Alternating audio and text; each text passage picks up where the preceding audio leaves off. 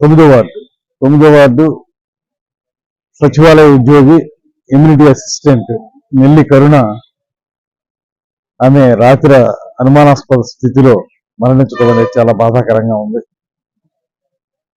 25 సంవత్సరాల యువతి మరణించడం, అది పురపాలక సంఘంలో మంచి పనితీరును కనపరుస్తూ అందరి మన్నలను పొందినటువంటి అమ్మాయి ఇంత హఠాత్తుగా చనిపోవడం అనేది రకరకాల అనుమానాలకు తావిస్తుంది.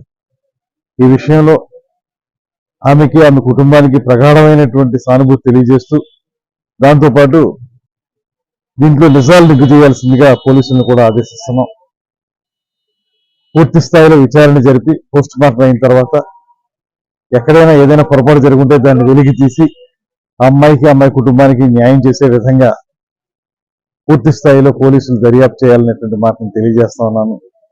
ఏదైనప్పటికీ కూడా నిండు జీవితం ఇలాగా అర్ధంతరంగా ముగిసిపోవటం, 25 సంవత్సరాల వయసులో మరింత భవిష్యత్తుని చూస్తున్నటువంటి వయసులో ఆమె ఇలా మరణించడం బాధాకరం. దాంతోపాటు ఇవాళ పురపాలక సంఘంలో ఉన్నటువంటి కమిషనర్ గారి దగ్గర నుంచి కింది స్థాయి ఉద్యోగుల వరకు అందరూ కూడా చెప్తున్న మాట, చాలా అద్భుతంగా పనిచేసే అమ్మాయి, మంచి చురుకైన అమ్మాయి లాగా హఠాత్తుగా చనిపోవడం అనేది చాలా అనుమానాస్పదంగానే ఉందనేటువంటి మాట చెప్తున్నారు. ఈ విషయంలో అందరం కలిసి, ఇక్కడ పార్టీలు రాజకీయాలు కాదు, రాంబాబు గారు కూడా ఉన్నారు, అందరం కలిసి మేము దీన్ని పూర్తి స్థాయిలో నిజాలని నిగ్గు తీసి ఆ అమ్మాయికి మృతికి ఏ రకమైన కారణాలు ప్రేరేపించినాయి అనేటువంటి దాన్ని తేల్చాల్సిందిగా పోలీసులను ఆదేశిస్తూ